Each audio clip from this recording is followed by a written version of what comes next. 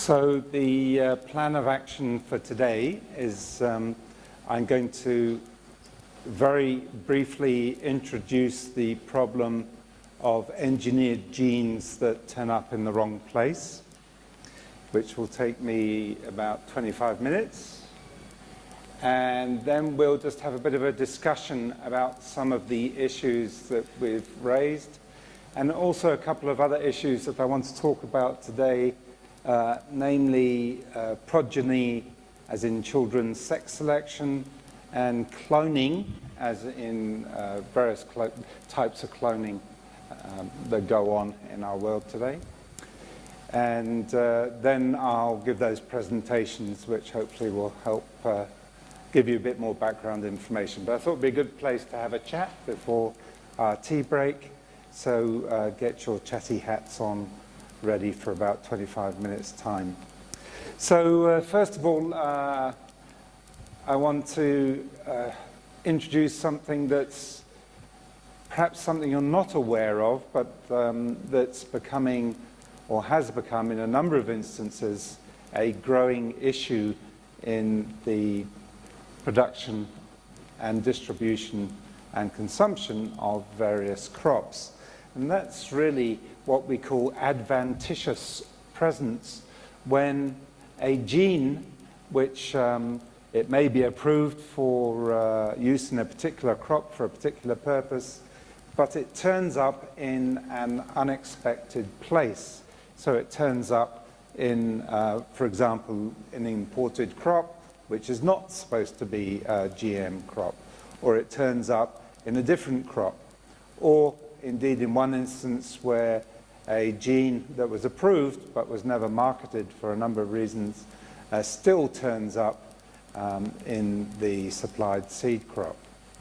It's something that has a number of ongoing issues and has engendered a great deal of discussion around the world amongst regulators and also farming folk, grain suppliers, importers, distributors, and food producers. So, as you know, in some places you have to label foods if they have more than a certain threshold level of GM product in them. But if the manufacturer of the food product doesn't know that the supplied grain has GM product in it, then of course they're in breach of the law because they're not labeling when they should have labeled.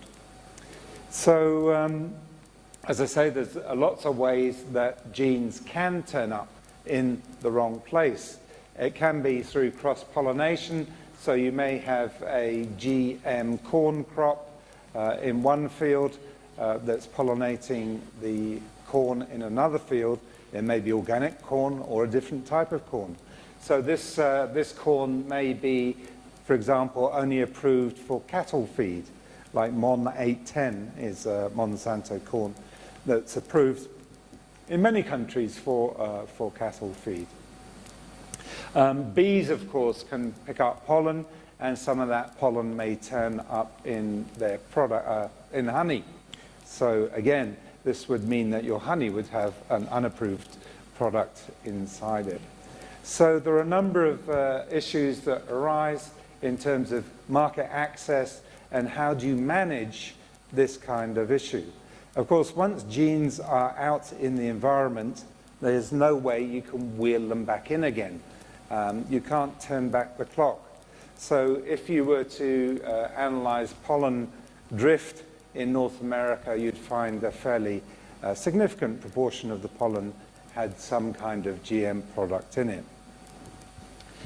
So, as I say, it's unavoidable, and we call this adventitious presence, AEP, of genetically modified genes that may turn up in conventional crops or organic crops indeed, and may lead to market access issues.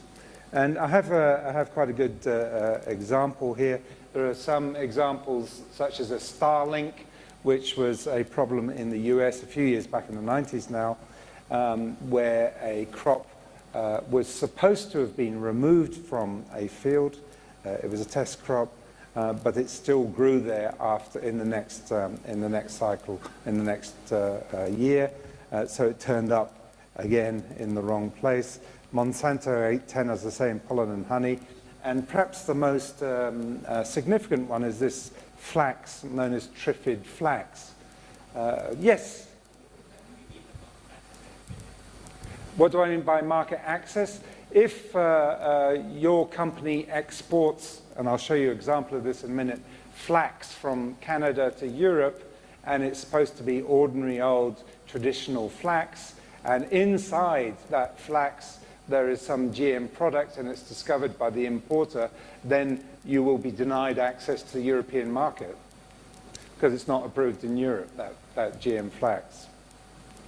So that's, and also I mentioned yesterday the issue of China not liking one of Syngenta's corns, and thus the grain shipper, Bunge, decided to stop access to Bunge's grain silos, where they pick up the grain, of that particular crop, because it would disrupt their access to the Chinese market.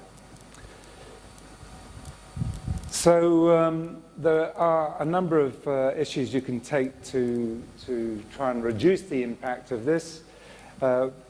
One is to, of course, allow the low-level presence. The second is to determine what you mean by low-level presence, how much is too much. The other is having distance between the growing spaces of GM and other crops, so-called buffer zones, and they do that already. In most jurisdictions where GM crops can be grown, they do insist on having a buffer zone between the GM crop and other crops, so they plant maybe 20 meters of non-GM corn between the GM and other crops.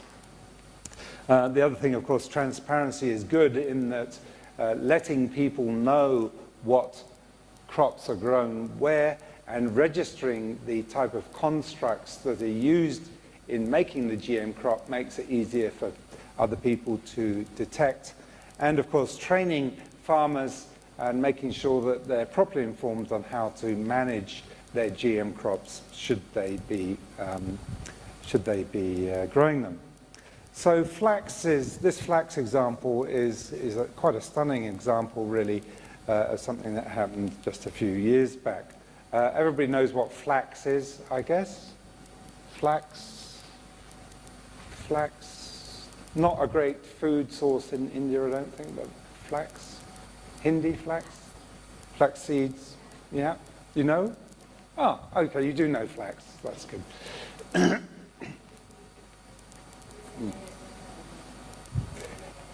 Yeah, it's got lots of omega-3s in, I think, so it's, you'll often find it in health food shops, ground flax seed.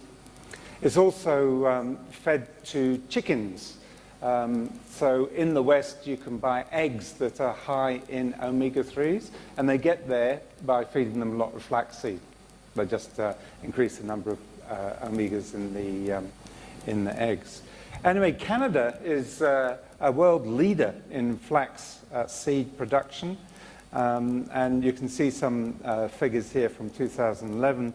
They were shipping 327,000 tons of flaxseed, and Canada is indeed the main supplier on the international market of flaxseed. So in Saskatoon, in the Crop Development Centre in Saskatoon, they were looking to develop a flax that had tolerance for some of the herbicides that were used in that area.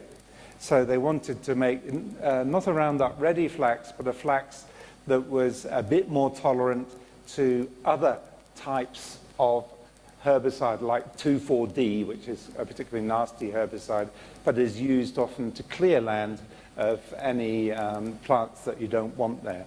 Now, flax is actually quite a sensitive plant, and if you tried to plant flax in the following year in a field that had been cleared using one of these herbicides, it just wouldn't grow. So they thought in Saskatoon that this would be quite a good development for flax. And indeed, they started trials way back in '88, and it was finally approved in the mid-90s for production, as in it was approved, went through all the approval processes in Canada as an approved GM crop. However, there were many problems. One problem, of course, was that the Crop Development Centre in Saskatoon called it a rather stupid name, Triffid, which is ironic. I don't know if you're aware of the book, The Day of the Triffids. No? It's quite a famous novel of some time back, science fiction novel, of where plants come alive and they take over the planet, basically. So not a great name for a GM crop. So farmers actually were not keen on adopting this flax because there was a great deal of pressure from the main export market, and this is where markets come in, as they didn't want to import this variety of GM flax, even though it had been approved in Canada. So in 2001, they just removed registration, and they decided they would not grow it in Canada. So there had been built up over that period of when it was first registered in 2000, rather a large amount of seed stock, because of course you have to, if you're marketing a seed crop, you have to build up a great deal of seed stock in order to allow farmers to have access and plant that seed. They'd built up 200,000 bushels, a bushel is about that much, of flax seeds. So that's quite a lot of seed stock. But once the approval was removed, the seed was sent for crushing to remove the oil and used as cattle feed. But then in 2009, some 8 years later, an import from Canada was found to have this gene construct in some of the seeds. And so the instant response from the European Union was to ban imports of this flax exports from Canada. And of course that had a major impact on the Canadian market because it's a major export from Canada. So you can see that even now, since then, there have been a number of tests of farms where flax is grown, and they still find some presence of this GM crop. So quite a small presence, 0.0498% of seeds sampled actually tested positive for Triffid. But of course, flax is a very small seed, and there's hundreds of millions, if not billions, of seeds around. So that's quite a large number. So the Triffid, even now, is still around in Canada. And what the Flax Seed Council of Canada recommends is that farmers actually test their crops before planting out. They have the seed tested to make sure that there's none of this gene present. So the remarkable thing is, although they thought they had removed all traces of this flax seed from the market, it managed to spread right across Canada nonetheless. A big impact on the flaxseed market in Canada. Ongoing, as I say, they just test seed stock to make sure that it's not in the seed stock for farmers who are planting out. There have, of course, been other scandals.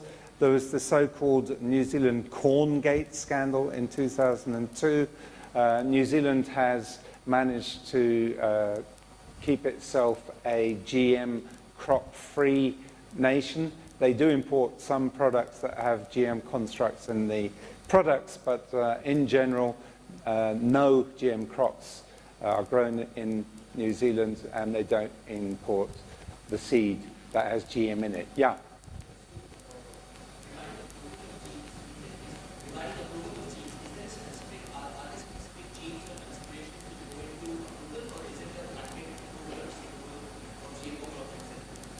So it depends on the jurisdiction, but in every jurisdiction, they look to approve the particular crop.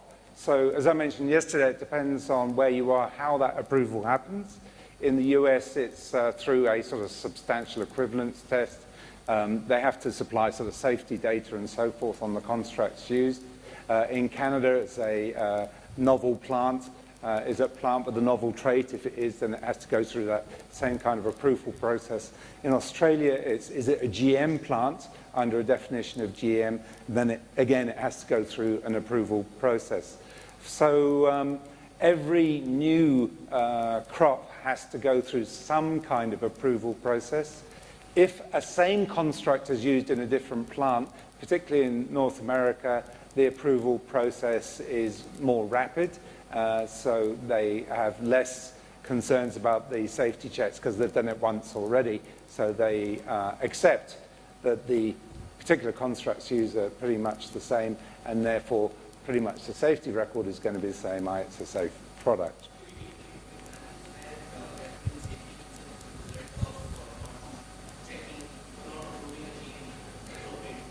There was in the early days of GM crops, they'd been using a nut gene, and this was found to produce some nut proteins which caused allergies, so it never went to market. It never went past a greenhouse or confined testing.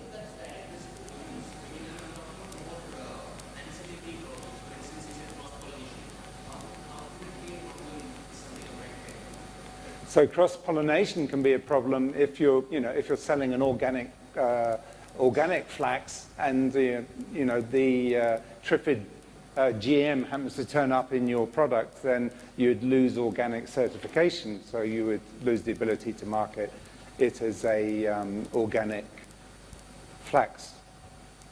Is that what you meant?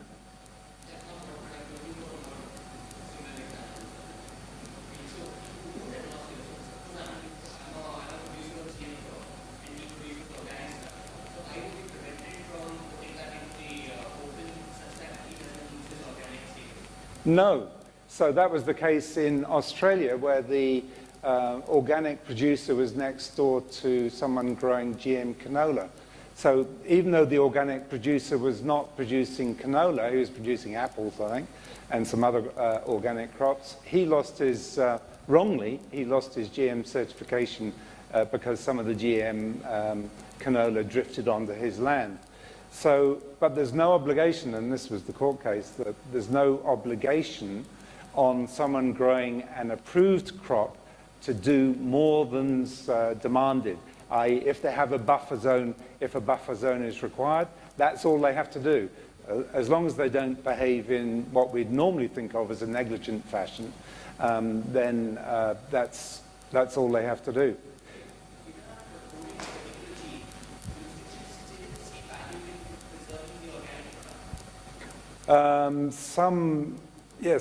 That's actually quite a nice question, because, of course, organic farmers see the value of keeping the organic product because they get extra money for their product based on the fact that it's organic. The state, of course, generally reacts to public opinion. I'm a little bit cynical, but they just really worry about their next vote.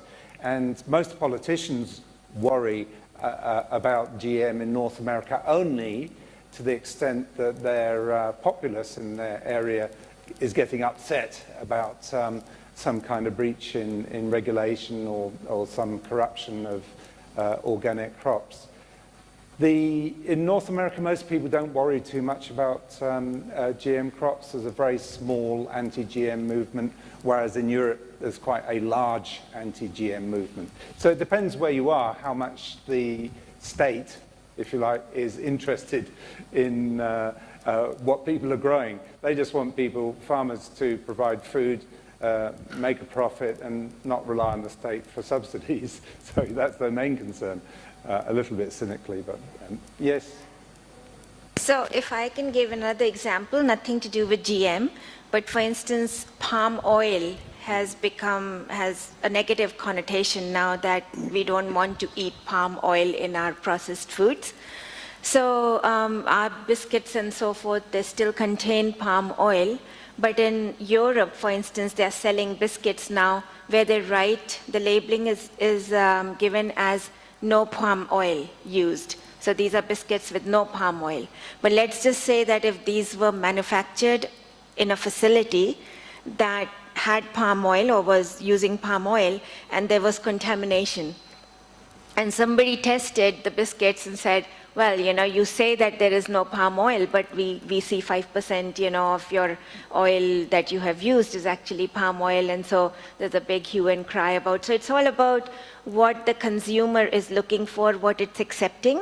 So and even though palm oil has been accepted for being used, but it has this negative connotation that it's bad for health and it's sort of deforesting the land space in wherever, Indonesia and all. So now you get the idea that it's just contamination, which people, even though the gene has been approved, the plant, the GM crop in which those gene constructs have been put in, that is also approved, but still it's just a matter of you don't want that to be present in anything that is being sold as non-GM. Or you don't want that construct to go into another plant species through cross-pollination or anything, which there is no intention to have that other plant species as a GM crop. So you get the point, right?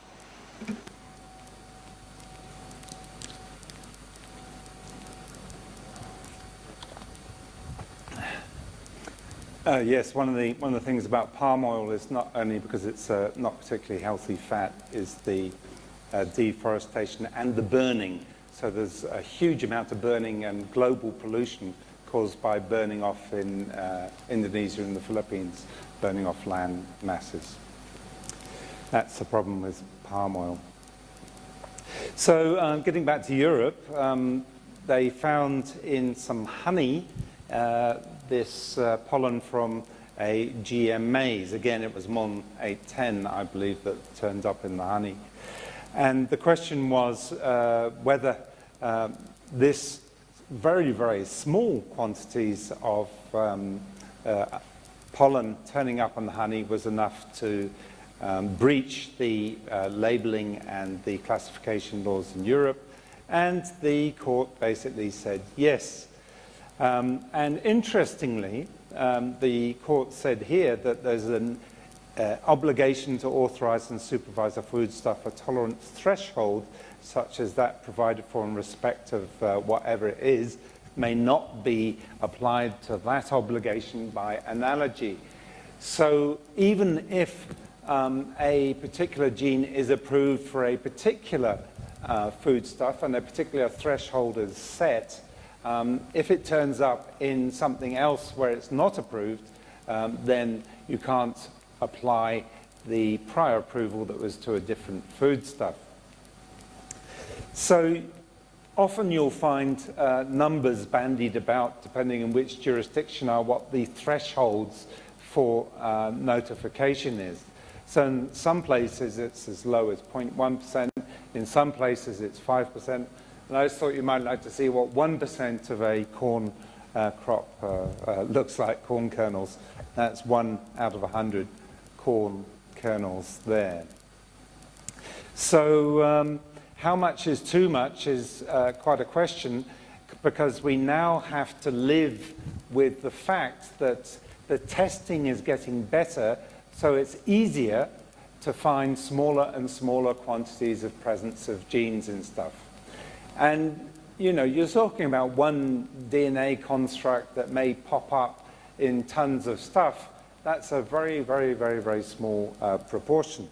So somewhere along the line, a threshold has to be made.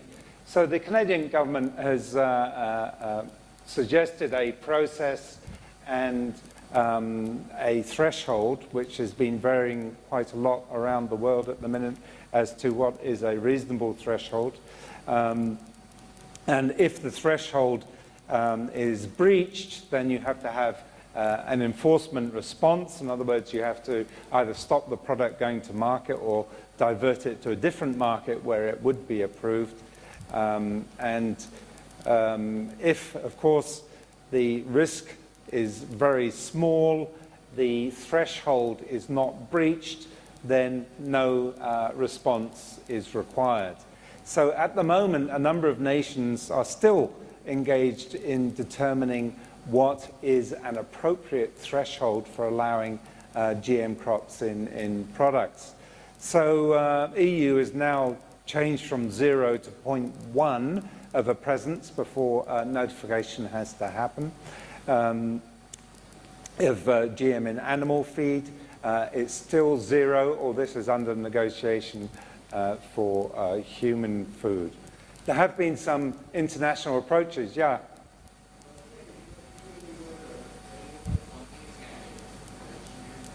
The which one? Oh, Corngate, thank you, yes, I'd not finished that. So what happened in New Zealand, where there were no GM crops in New Zealand? There's still a blanket moratorium on GM crops in New Zealand, and indeed they endeavour not to import anything that could grow that has GM in it. So the scandal arose because it appeared that some corn had been imported, and that corn was indeed from the US and was full of BT corn. So the scandal was really a political scandal, because there was an attempted, or at least it was claimed, that it was an attempted cover-up of admitting that this material had got in the country and breached New Zealand's biosecurity measures on the GM front. That was the scandal. It's still debated whether the corn actually turned up really was BT corn, or the samples they'd taken were not good samples, because they were it was corn deposited on a mud floor, and of course mud naturally has BT in it, so it's still an unknown whether it really was BT corn or not.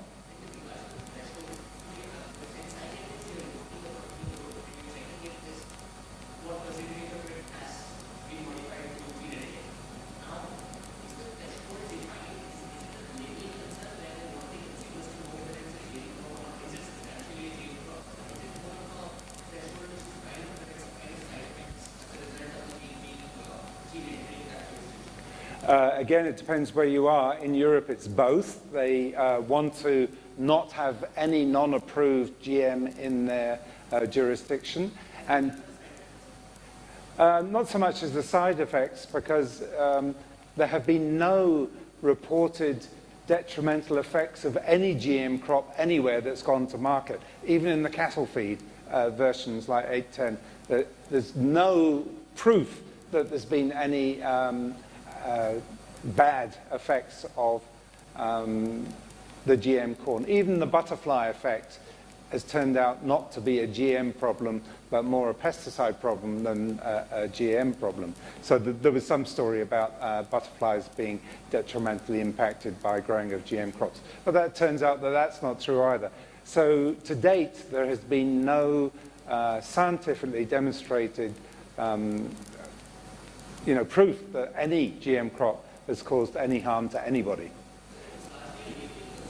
It's a labeling concern and a political concern as well, yeah. So in Europe, it's a labeling concern. In North America, it's not a labeling concern. It's more of a compliance concern. So that they say that only, if it's approved for cattle feed, it should only be used for cattle feed and not go to human feed.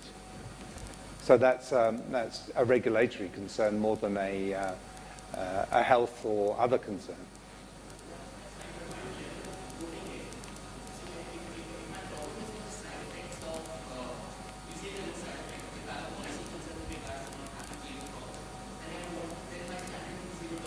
Yes.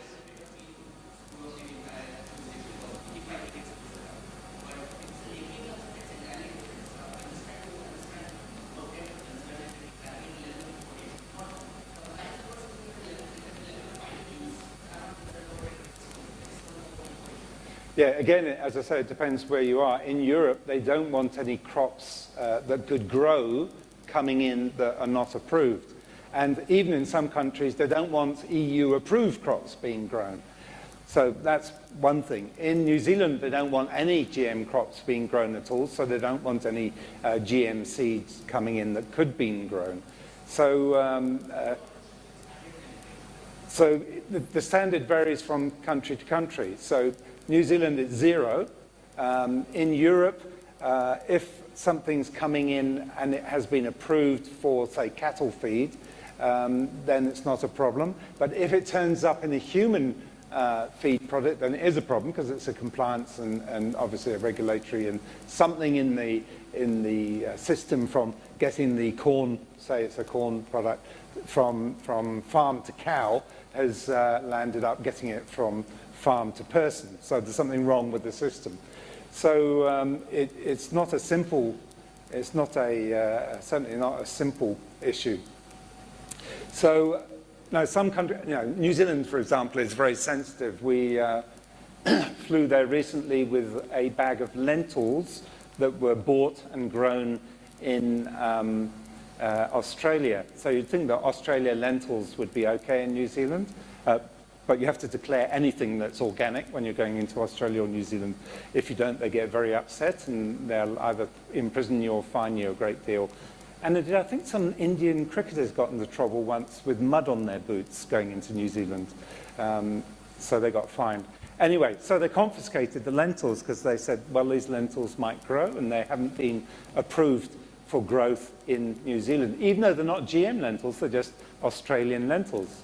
So some countries are more sensitive than others in terms of what they consider a biosecurity measure. Can I just add to that? So the lentils were basically whole lentils, whole masoor dal, instead of the broken masoor dal. So they said that had it been broken, the half ones, the way, then it's okay for us to take it in. But because it was whole, they said that these could grow, so we couldn't take it in. But I like your question, because if they were importing seeds that were actually going to be grown, so they were actually asking, for instance, importing seeds from Canada as seeds that would then be planted in Europe. I would think that should be zero tolerance policy, right? But because I think what Mark is saying is probably for feed, animal feed, and zero for human feed, they probably consider that 1% for animal feed it probably doesn't make any harm. But if you had 1 out of 100 plants, if they planted those seeds and they grew, and you had 1 GM plant going and producing pollen, that could create a problem. So yeah, that.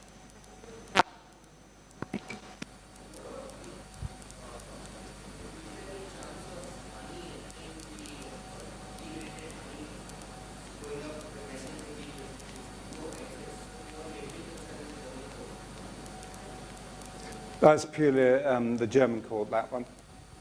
There haven't been any other instances elsewhere that I'm aware of. No other instances anywhere else. So the Codex Alimentarius, which is part of the FAO, Food and Agriculture Organization, part of the UN, is been creating a database of GM crops. And this has been quite useful in the last couple of years that it's been developed, in that it allows people to know what the constructs are that are being used in plants, thus you can test for them. So it's a global database of all crops, all GM crops globally, name, summary of products, country, date, scope, links to other products and other databases, similar ones. Safety assessment guidelines are in there, detection methods and protocols, appropriate reference materials and so forth. This, of course, makes it a lot easier if somebody is trying to test a crop to find out what they're looking for. And this has been good work over the last couple of years. I suppose finally on this front, I have a paper on it, which I think is in the reading list. I can't remember what it's called. It's called from 0 to 0++, I think, adventitious presence in GM crops. So there is a great deal of international discussion on trying to come up with what an acceptable percentage of low-level presence of approved GM materials inside your crops would be. And that will be ongoing for some years, I think. So before we have a break, I think we should probably have a bit of a chit-chat question time. So let me just kill this for the minute. And what I'm going to reference next, in the next slides, are a couple of areas that are highly contentious in the biomedical biotech area. One is the use of cloning. That includes therapeutic cloning and also whole mammal cloning. And this is something that most jurisdictions have some kind of regulation on. I found it a bit hard-pressed to find any Indian regulation on this front, but you can probably find it faster than me. The other issue is sex selection. So in a few countries, including the US, for family balancing reasons, you are allowed to undergo procedures to select with a reasonable certainty, about 95% certainty they're getting in the US now, the sex of your child. So by family balancing, they mean, you know, if you want to have 3 children, but you've had 2 girls, then you can opt for a boy. In most countries, this is illegal, in almost all countries in the world. And thirdly, one other thing you might have some thoughts about is the use of the state, either government, central government, and their enforcement agencies setting up DNA databases. So I know this has recently been contentious in India. Indeed, the Indian Law Commission just this year published a report on this.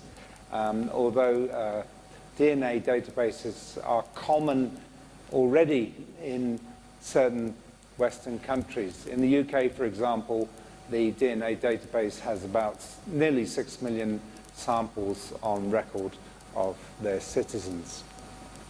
So has anybody got any thoughts on any of those highly contentious topics?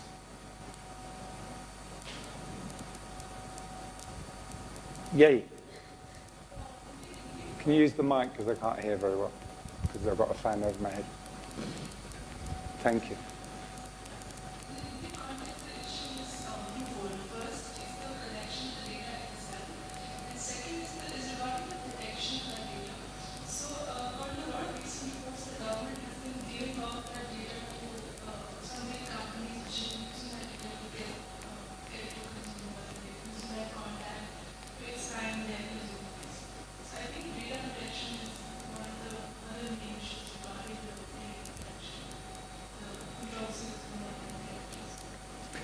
Yes, I think that's probably an issue everywhere, certainly in setting up the databases. And when you build the system, build the framework in which your database is going to go into, you have to make sure to separate identification of the individual from the data so that it can only be retrieved through due court process, or perhaps, depending where you are, due police process.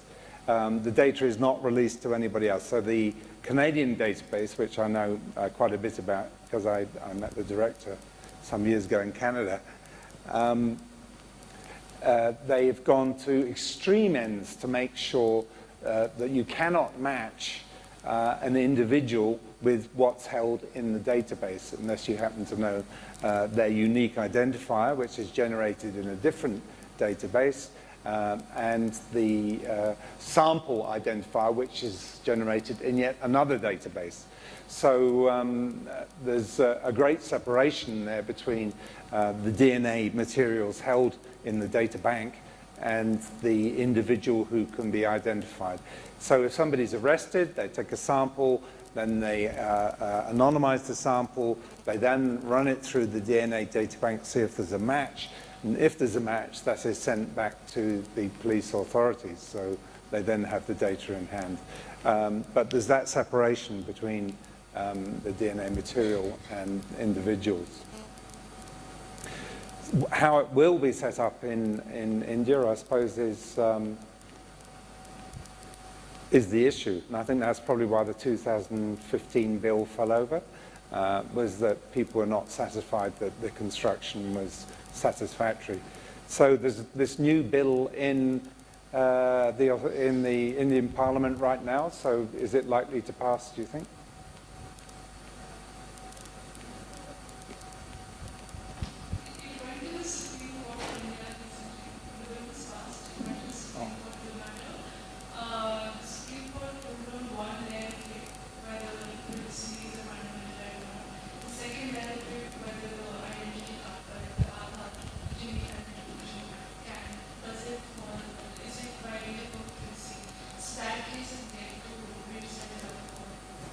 That's on the ID card, the biometric ID card that you get at birth, basically in India, which is also, I think, unique around the world. Nobody else does that, although a lot of countries would like to do that. I don't think anybody else does that. Of course, if that was matched with a DNA database, then that would be a very powerful tool in the hands of the state or anybody they wish to share the data with, for sure.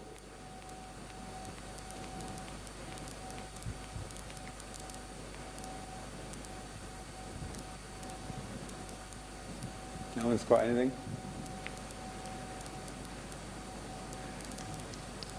You're all aware of the DNA data bank issue in India? You've heard of that before? Yes? No? Not heard of it? You've heard of it?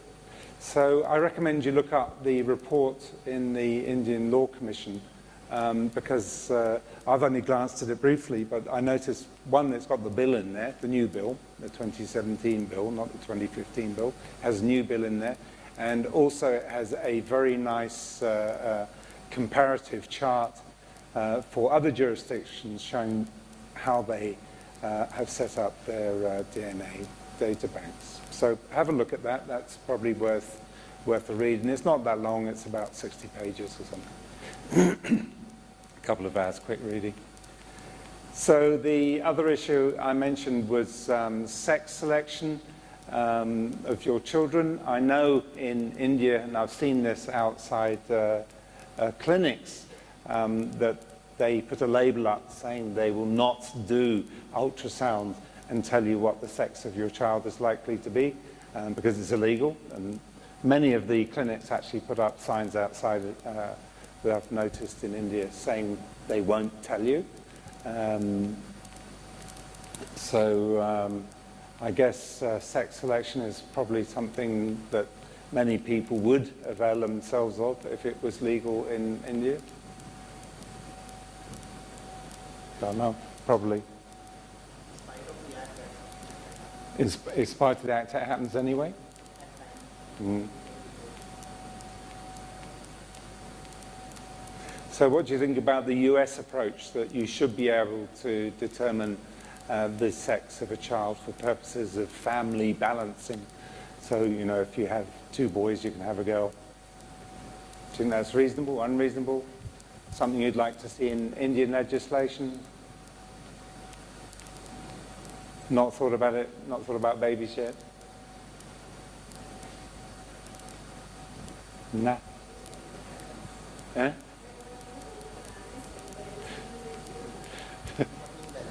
Imbalancing.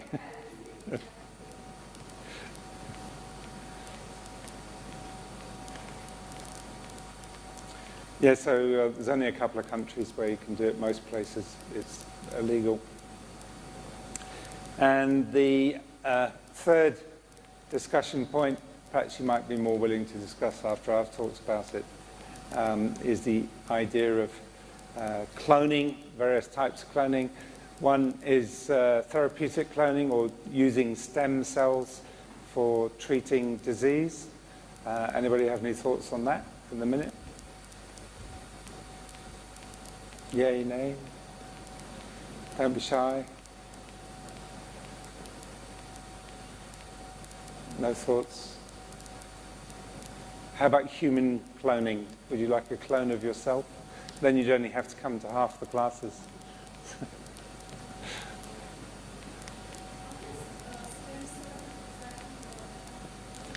I've got a bit of a presentation on how they make them.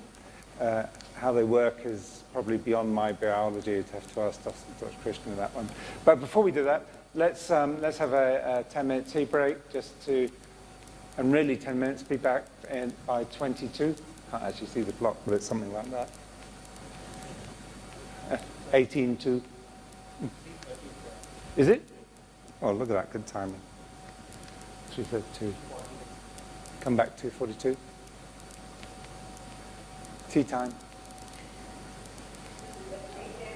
I think they're all gone to sleep. I don't know what's happened today. It's the aircon. Should turn the aircon off.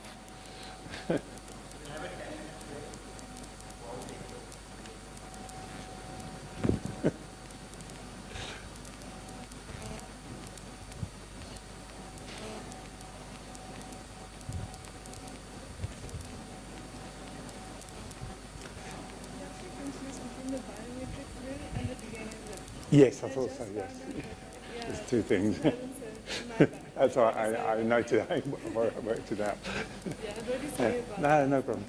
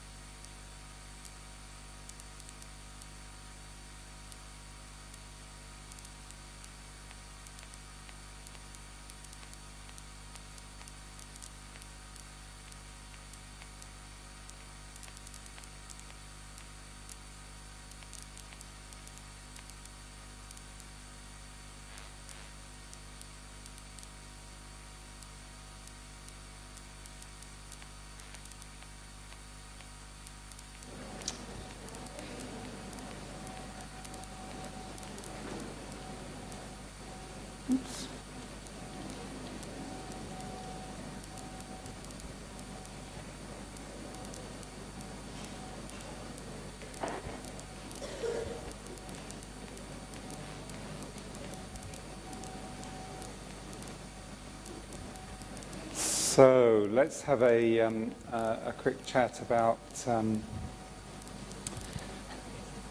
predetermination of gender, either pre-implantation or preconception, and indeed cloning people.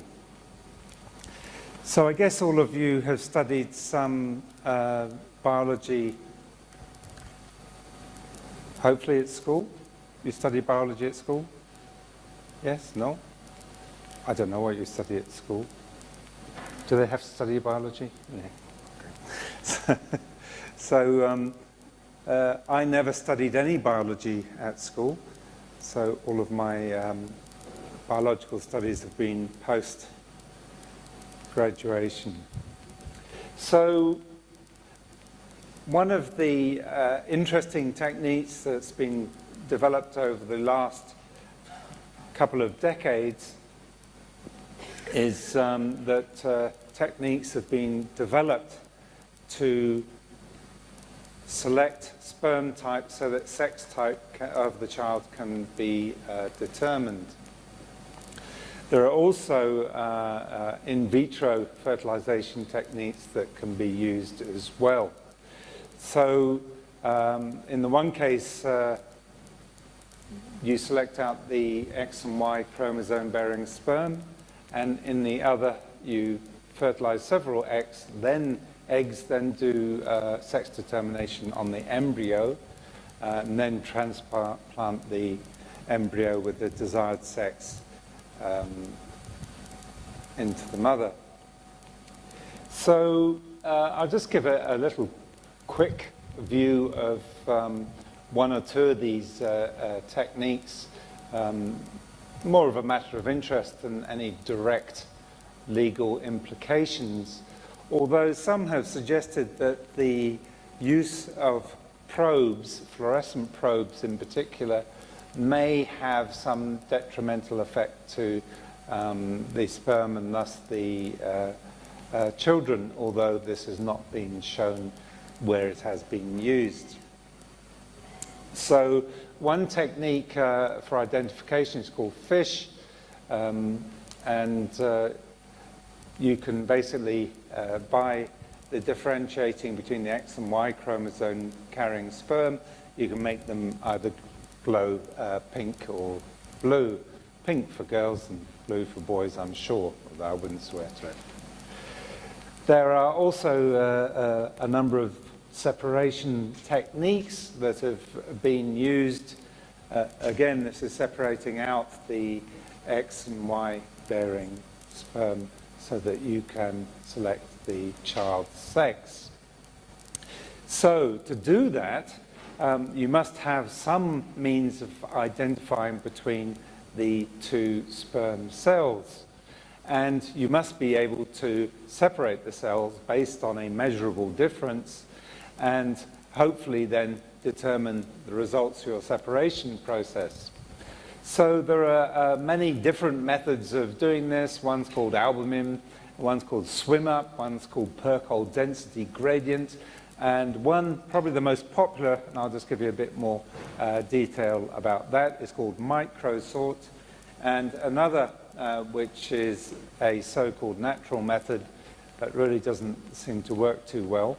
Maybe you can influence the probability from 50-50, which it is generally in most populations, to something like 56-44 in favor of one sex or another.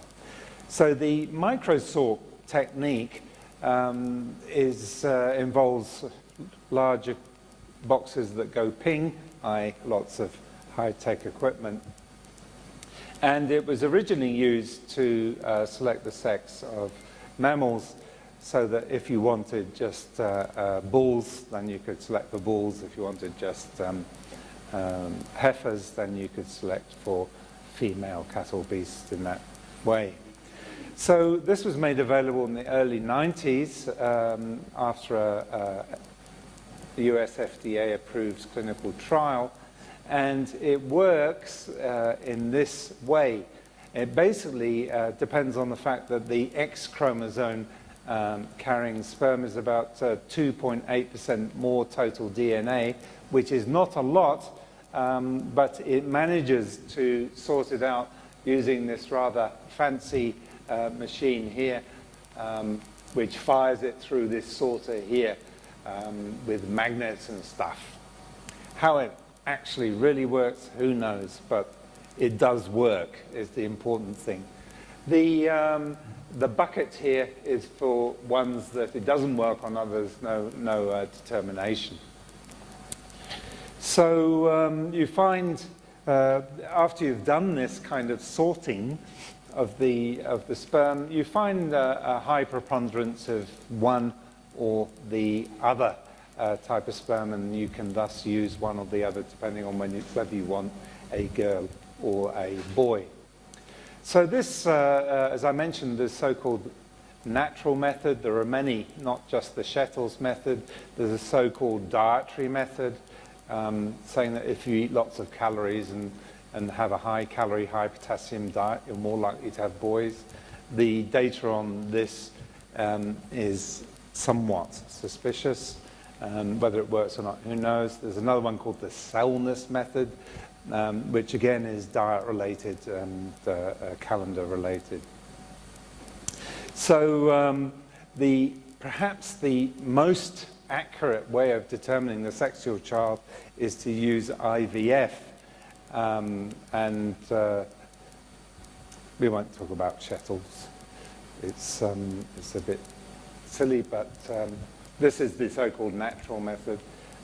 Because the X chromosome are faster but have a shorter lifespan, that means that you have to get pregnant basically in the days shortly before ovulation, or have sex shortly before the woman has ovulation. As I say, the data is not great on this, but it's still marketed, and you'll find if you search Google, you'll find you can purchase kits to help you use this method for large and extraordinarily expensive amounts of money for what you get. As I was saying, the most accurate method is actually to fertilize eggs in a Petri dish and then test to see which one's a boy and which one's a girl, and then implant the egg of the sex that you want. This actually sounds kind of trivial, but from what I've heard from doctors in the field and what I've read, it's actually not a particularly simple procedure and is in fact most unpleasant for the woman involved. You have to take quite a lot of hormones, and this stimulates egg production. These are removed with a long needle from your ovaries, and then they are fertilized in a dish and then select. So, as I say, that's a highly accurate, probably 100% accurate. There are two divergent perspectives which probably sum up the global perspectives as well. There's this fairly recent bit of legislation, 2011 or 12, in Canada, which, by the by, as an aside, actually faced a constitutional challenge in Quebec, but the jury has been out on that, and they said it was unconstitutional in Quebec for a number of reasons. But don't worry about that for the minute. In this legislation, they do allow for sex selection in some cases where there is X-linked genetic diseases.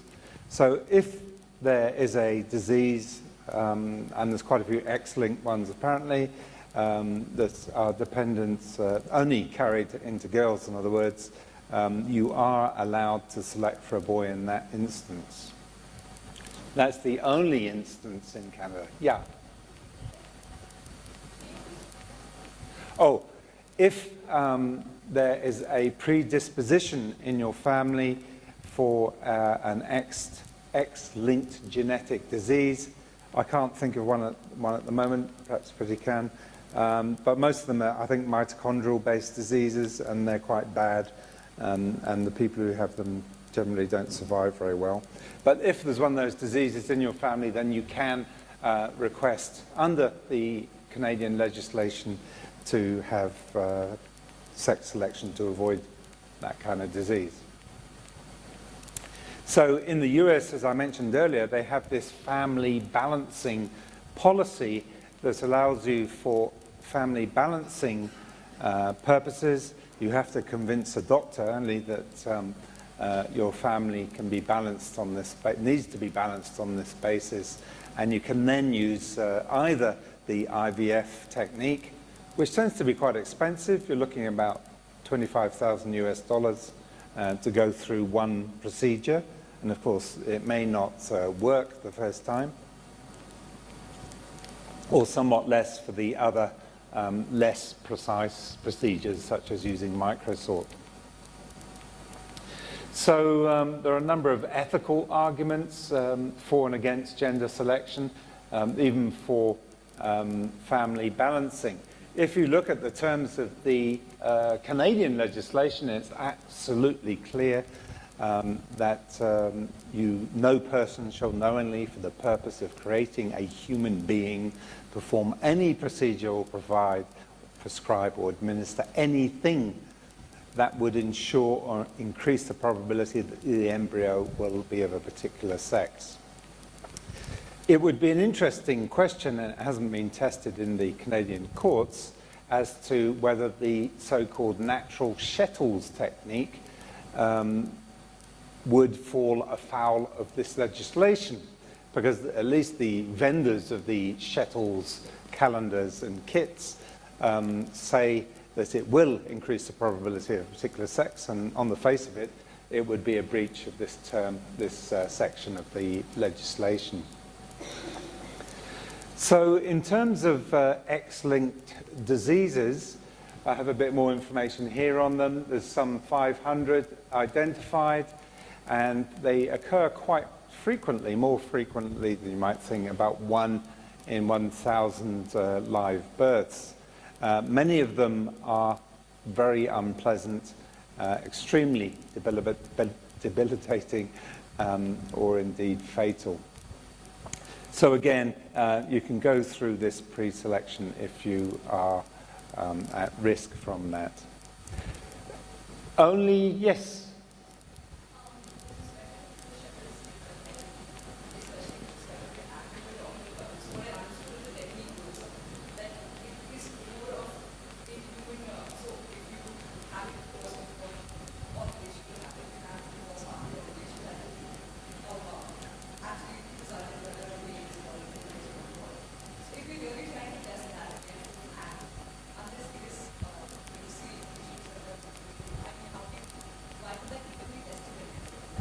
Well, because the vendors of the calendars and kits, usually it's a whole, not just the timing, but also, they say you should improve your diet, here's some dietary things you should do, blah, blah, blah. So, they give you a little package for a couple of $100.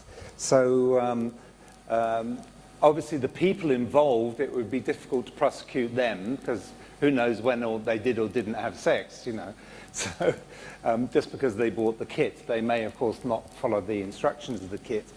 But it says here that no person shall knowingly, for the purpose of creating a human being, prescribe or administer anything. So they're prescribing a procedure and they're selling a kit and making money out of it.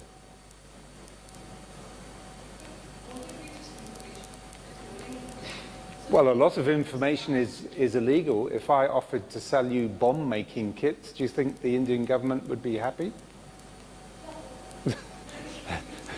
No, they wouldn't.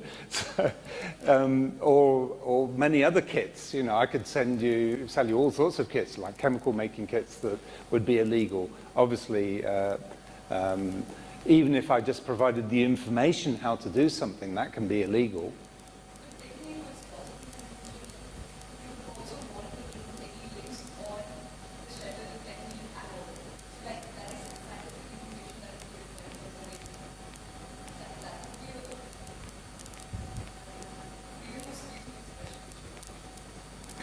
I'm not disagreeing with you. I'm just saying this is what the Canadian legislation says. You know, I'm actually with you on this. I think it's very difficult to control information. And as I mentioned before, the reliability of even this information is probably quite dodgy. And at best, they're claiming, you know, 50%, 56% boys, over 50% boys or girls, depending which way you do it. So I don't think it's reliable, but what I'm saying is that if the Canadian government so took it into their mind, they could start prosecuting people who were selling such kits under the terms of this legislation. I don't think they do, because the whole thing seems a bit pointless. But, you know, we read legislation and we think, oh, you can apply that and prosecute some people if you wanted to. They don't, though, as far as I know. On the other hand, you could say the people selling these Shettles kits are charlatans and they should be prosecuted because they're selling information that doesn't work, although it's claiming to do something illegal. So in fact, one, they're claiming to do something illegal, and two, they're selling something that doesn't work, so they should be prosecuted anyway. Depends how you look at it. So the X-linked diseases, yes, so they're nasty things, we don't like that, and you can indeed avoid them through sex selection. So the only countries where you can have sex selection for balancing purposes, or just because you want to, basically, are at the moment US, Mexico, Italy, Thailand, and South Africa. And I have heard that medical tourism in Thailand from Australia is quite big, not just for sex selection, of course, but for other things like dentistry, heart transplants, and so forth, kidney organ transplants, and so forth. But that's a whole other issue that we won't have the time to get into in this course. So briefly, I just wanted to turn to cloning. You may or may not have seen the Simpsons episode where he got cloned. I mentioned before that our perceptions are often perhaps twisted or directed due to movies and the such like that we see. And indeed, the meaning of the word cloning probably has received a bit of a bad rap over the years due to Hollywood having engaged in dystopic movies that involve cloning. Indeed, here are a list of a few, and you can see the box office has benefited very well from this. Probably one of the earlier ones that you may or may not have heard of, actually, is The Boys from Brazil, which was about cloning of Hitler. And you can see that was made quite a long time back. And The Stepford Wives as well was quite interesting. If you're interested in science fiction movies, have a bit of a search on those that involve cloning. And they're all dystopic. None of them has a particularly happy ending. It's all bad news, basically, when cloning is engaged in. So there are a number of people around the world who have claimed that they have cloned humans. This is one guy, he's an Italian doctor. There's a sort of quasi-religious cult called the Raelians, who claim to sell do-it-yourself cloning kits. Should you wish to purchase one from the Raelians and make your own clone of yourself. And they also claim that there are a number of Raelian babies wandering around in Australia. Still, there's no verification or any scientific basis to suspect that this has really happened. In nature, a number of creatures clone naturally, and I knew about the ants and the lizards and indeed humans. When you have quintuplets, for example, they can be clones. Identical twins are clones. But turkeys and lizards was something new to me. But these creatures, and a number of creatures, do indeed clone themselves. From the smallest things like yeasts, cloning yeasts is quite straightforward. Bees, wasps, plants, lizards, jellyfish, corals, tapeworms, a number of other fish, and lots of insects. So clones are not unknown in nature. Probably the interesting and novel thing is the ability for humans to clone mammals. The first one was born in the late 90s, 97. That's Dolly the sheep in the middle there. But there have been others, such as Copycat here, a cloned cat. This was a cloned racehorse. And if you think about racing, where there's millions of dollars involved on a daily basis in many, many countries, what would the status of a cloned racehorse be, do you think? So that was a gelding from a very retired, thoroughbred Arabian endurance champion. And from 200 nuclear transfers using skin cells from the racehorse, they got 34 embryos, 3 pregnancies out of those 34 embryos, and 1 baby racehorse there.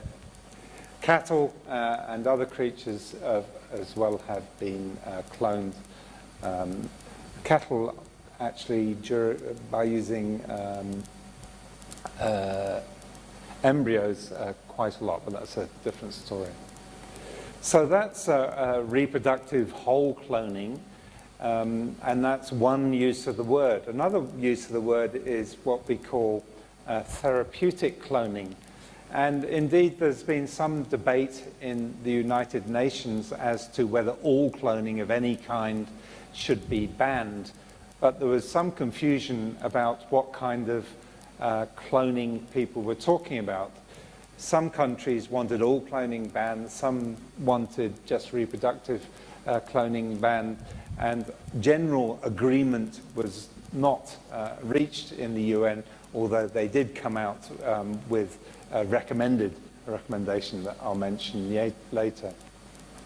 So the thing about therapeutic cloning is that if you can get early stem cells, embryonic stem cells of humans, they are called totipotent cells, and the amazing thing about these particular cells is that they can develop into any kind of cell. So the hope, and there has been some advances in this just in the last couple of years, the idea is that by using embryonic stem cells, and indeed other stem cells, you can hopefully at some point recreate whole organs, as in replacement organs. And I would guess probably in 15 years' time that this will be something that will be available to the rich at least, if not to, probably not to anybody else, but only the rich, because it's not cheap to do. But it will get cheaper.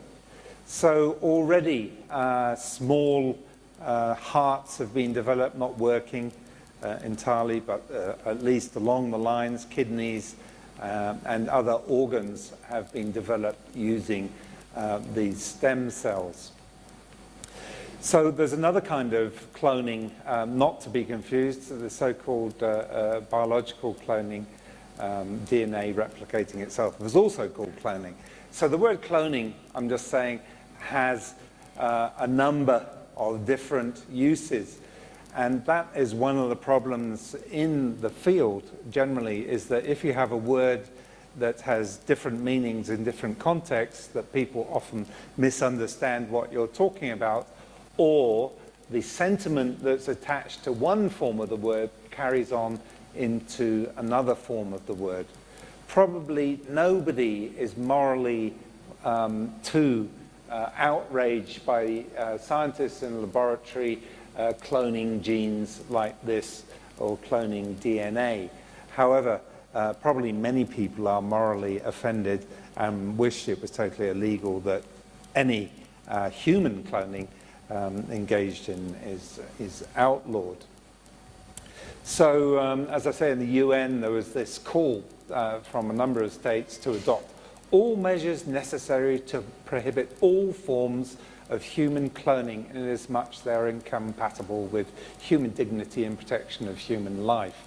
So this went to a vote, and it got a bare majority voting for the resolution, with a number of abstentions and a number of people opposing the resolution.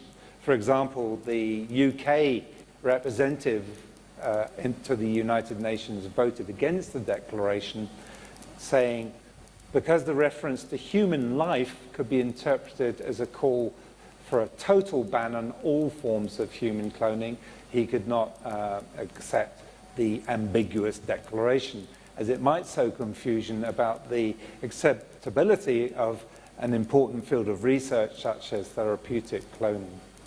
So, as I say, this is one thing you have to be aware of with a word that has many different meanings, even in a narrow area like biotechnology, that the use of the word can get corrupted, and association with the word can bring up different things.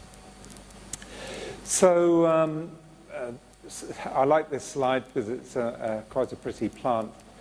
The cost to the plant for sexual reproduction is high. It has to divert a lot of energy to making a flower, making the various filaments, making petals and stigmas and styles, making ovules in the ovary. The biologist is laughing at me here. Did you want to say something? Anyway, the energy required for the plant, of course, is very very high. And this is why some creatures and plants indeed use cloning as a means of reproduction, because it's cheaper in terms of energy production, but it does not allow for biological diversity, which, as you know, gives some resilience to pathogens and diseases depending on how the plants are formed. It gives them better long-term viability. So there are three types of cloning, basically. There's therapeutic cloning, there's embryonic cloning, and there's so-called reproductive cloning. So therapeutic cloning, and I'm leaving out the biology, DNA, splitting stuff here, involves cloning an embryo for the sole purpose of extracting the stem cells from that embryo to create, hopefully, in the future, organs or whatever, treatments, medical treatments, based on stem cells. So it's only embryos, well, not entirely only, but mostly only embryos that have high-quality embryonic stem cells that are easy to access during the first week of a embryo's development, when it's still a blastocyst. So the characteristics of a stem cell is that it can self-replicate. You can make, once you've got one, you can make whole series of, whole lines of stem cell reproduction for use in different labs, for example. It can differentiate into any cell type, and it can hopefully mature into cells that we know and love, like organs or other stuff. So there's different kinds of stem cells. The totipotent ones are the ones that start off with in the embryo, and these are the ones that generate all our cells and tissues in us. There are others called pluripotent cells, which basically come from 3 embryonic germ layers, apparently. And there's the unipotent cells that only go along one lineage. So think of these 3 types. The gold standard, of course, is the embryonic stem cell, but the others are not useless. It's just they're not as valuable. So there's a lot of science, of course, behind this, and I'm not really the one to talk about it. But the embryonic stem cells are pretty much harvested 5 days after fertilization. Now, you may say to yourself, harvested, is he avoiding the difficult question? No, of course, the difficult question is that in order to get these stem cells, you have to take an egg, you have to fertilize it, the human egg we're talking about, and let it develop for 5 days, and then you kill it. So basically, you are killing an embryo in order to get hold of these stem cells. So most of that, most of the material is actually retrieved from embryos that are surplus to requirements, as they say. So when women go for in vitro fertilization because they can't get pregnant naturally, usually a large number of eggs are produced that are not used. So they're frozen, basically, and if they're not used, then eventually they're just thrown away because, you know, the woman has got pregnant, she's had her children, she's happy, then these are surplus to requirement. So a lot of those go into the production of embryonic stem cell lines. So they are all have the ability to replicate, can be cloned, and apparently they all express an OCT4 non-differentiating state. And I have absolutely no idea what that means, so perhaps someone can look it up. This is from a science textbook. So this kind of detail probably you don't need to know, but you do need to know that these are really the source of most of the current medical experiments in using stem cells for medical treatments. So these are probably a little less useful, and some people say that perhaps we could use adult stem cells in a similar way to embryonic stem cells, and it is possible with the right techniques. But the gold standard, as I say, is the embryonic stem cells. So they have developed some techniques to take adult stem cells and basically reverse engineer them so they get back to being totipotent like embryonic stem cells. So how do you know what a stem cell is? Apparently they, on the surface of them, they have markers, so you can tell which ones are which. Sometimes they have many different types of markers, and you can check for these markers again using these fluorescent techniques like this here. So you can put a tag on it so you know which one it is and where it is. So there are a number of techniques to sort out your stem cells and hopefully select the ones you want. You find your stem cells and then you can work on them, separate them, replicate them in a particular way so that you can use them for medical treatments, and I'll come to that in a minute. This is quite a recent in terms of medical procedure. It was only in '81, which may seem like a long time ago to you, but not so long to me, that the first mammalian stem cell, embryonic stem cell, was isolated by a English Nobel Prize winner. So, of course, there's lots of developments since then, and indeed, they started experimenting with using them for medical purposes about 10 years ago. And more recently, they found that good quality adult stem cells can be retrieved from teeth pulp, of all things. So this is what you want to end up with. At the bottom here is basically a Petri dish with your known stem cell line in it, which you can replicate and use it for ongoing research, so that you don't actually run out of it once you've got some. You can replicate it. You basically feed it and replicate it. There's a huge amount of investment and science that's gone into things like putting the right medium, for example, to keep them in, and at a former university there was some people there working on the types of medium that you keep your stem cells in for optimal storage and replication, for example. To get them to differentiate is, again, another huge area of research. So you may have your Petri dish full of stem cells, but what are you going to do with them once you got them? So you hopefully are able to influence them with chemicals or other conditions to ensure that they start to differentiate in the direction that you want them to. So if you want your stem cells to develop into a kidney, then you have to treat them in a particular way to push them in that direction. And usually this is by, as I say, using various different types of cells and chemicals. So you may wish to, as you see here, develop some skin cells, particularly important for victims of large burns, for example. If you could develop friendly skin cells for their system, then the ability to recover from burns is hugely increased. So massive amount of research money is going into this.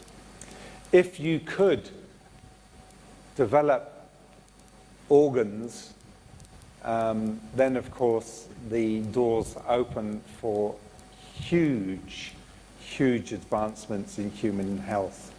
A lot of people, through no fault of their own, often through fault of their own, through diet or bad behavior, have various organ failures, whether it's heart, kidneys, livers, lungs, or whatever. If the ability comes that you can make a organ to replace that tissue, then of course the ability for medicine to cure a number of ills is advanced by a massive amount. If this becomes on-stream and online and affordable, of course the human lifespan will leap forward by another 20 or 30 years. It's extraordinary what possibly can be done. So there's a number of uses already in medicine. So therapeutic drugs, for example, can be tested on developed organs. That's an interesting thought. Better gene therapies. They hope that a number of neurodegenerative disorders such as Huntington's or Parkinson's or Alzheimer's may be able to be treated by stem cell therapy. And indeed it's predicted that by 2025, which is only 8 years away, that the market for cell-based therapy, even then, is going to be in excess of $20 billion. So that's a lot. There have already been some successes in treatments. For example, one patient, only the one so far, has had a lifetime remission from multiple sclerosis by being treated with stem cells. There are a number of disadvantages to embryonic stem cell research. Of course, there's the bare fact of it is that you kill embryos making them. Some people have no problem at all with that. It's difficult to get very good pure cell lines. One of the early effects of treatments has found that there is a propensity when stem cells are used in treatments for people for cancer to develop. Some of the cell lines are unstable. They may start differentiating off on their own, even if you're trying to point them in one direction, they can go off in another direction. The availability of new lines is somewhat restricted. As I say, most of the donations of fertilized egg embryos comes from surplus from IVF, and there's not that much IVF in the world that there's a huge bank of eggs available for people to use for stem cell. And probably this sort of cancer is one of the trickier ones that people are not quite sure why this is happening. That's ongoing research at the minute. So there's a few things for you to all think about there. There's the thoughts of reproductive cloning. Should this be something that's absolutely banned? Of course, some reproductive cloning is not banned. Here's an example, not this guy, here. So these are by splitting embryos, back to the cows again. So they're not my ones, those ones. But you'll see they're all identical, those cows. Look at the colorations on them. And that has been used quite a lot. If there's a particularly strong line for cattle, then people have been adopting these embryo splitting techniques in order to get more of a particularly good one. Some people, as I say, are worried about the ability perhaps for human cloning to come up with strange results. If you want to watch a film, watch Gattaca. That's a great movie. And the idea of human cloning is just horrific to some people, that we are creating abominations, perhaps some people would say. So cloning, of course, the problem even with those that we do engage in. So some plants are cloned typically. For example, the banana that we mentioned day before yesterday, and that has a problem that you end up with a monocrop. You get a reliable crop, but you have a monocrop, and then you're liable to face, or possibility of facing, disaster if that particular crop becomes susceptible to a particular disease. Genetic variety does indeed give you some resistance against disease in plants and other crops. So there are a number of crops. Pine trees, for example, most of the wood exported from Radiata is all exactly the same. A particular kind of pine tree that was developed to have a very straight grain, and then they just clone it and they grow everywhere. Apples, pears. Every time you buy a golden delicious apple, it's pretty much the same as every other golden delicious apple, because they're all clones of the trees. And also tomato varieties in large production are often clones, although it's more expensive than using seed varieties. So that's something for you to think about, and think about the legislation. It's generally not covered in India in particular, cloning. There's not a great deal on the books here in India in terms of regulating cloning. But I think if you tried to get yourself cloned, you would have difficulty in finding a laboratory that would do it for you. So that's today's story, pretty much. And if anybody has any questions right now, we've got a couple of minutes. Perhaps I should just mention the exam, as we seem to have, a few people have asked me. So the exam will be administered here. It's going to be a take-home exam, which you are going to type into a nice file so that I can get a hold of it easily. It will be 24-hour take-home exam, so that's easy enough. Anything that I've referred to, or any of us have referred to in this class, is fair game. I haven't any questions yet, so I'll have to make them up before the exam, I guess. Professor Bhatia, I'm sure, will have a couple of very difficult questions for you, unlike my very easy questions. Length is not quality. Quality is usually shown by short, pertinent commentary rather than long-winded, waffling, redundant commentary. So I don't know if you typically have word lengths here. We usually do. I might have one.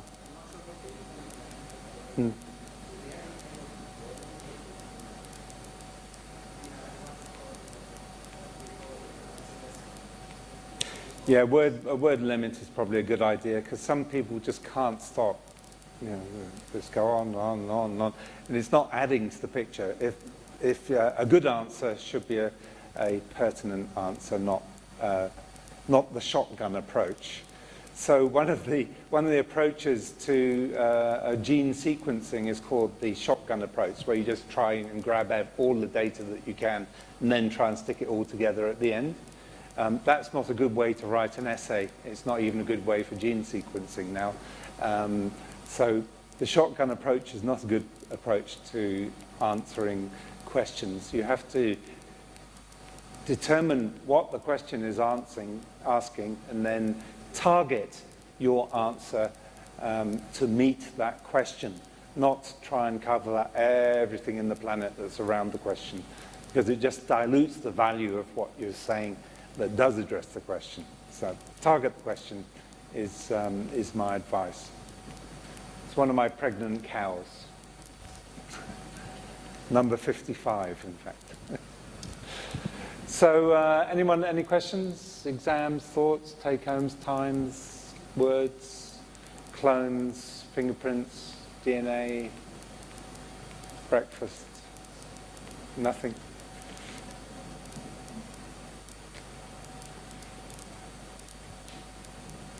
Got nothing? Nah. Okay, well, see you tomorrow at 2:30. I think we have a bit of a longer session tomorrow. So come well-fed and with much strength to endure 3 hours tomorrow. Professor Krishna will be visiting a research center tomorrow, most of the day, but hopefully she'll get back before we finish so that you can at least say goodbye to her. And I'm sure she'll be willing to answer any biological questions that you may have, either at that time or by email. You've all got my email address. You can just mail me or mail her should you have any direct questions. And I think you have a roll call now, so I shall shut up.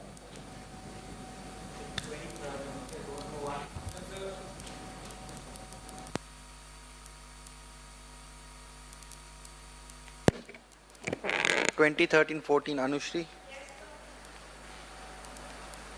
15, 17, 18, 18, 23, 26, 27, 30, 32, 38, 39, 40, roll number 40, 41, 43, 45, 47, 48, 52, 47 is present, 52, 54, 57, 58, 59, 60, 61,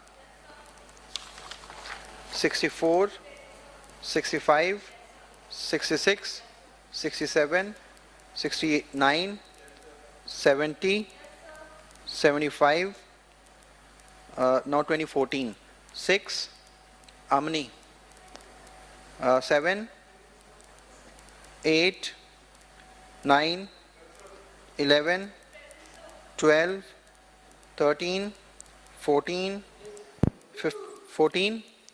15,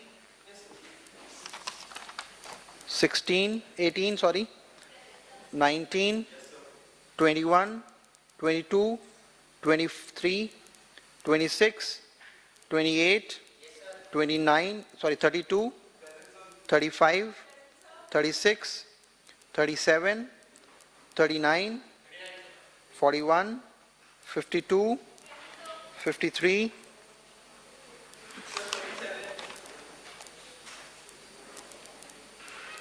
54, 57, 59, 61, 63, 64, 65, 68, 75, 77, Anirudh, 78, 80, 2013 80 Aishwarya, Zainab, and Daksh.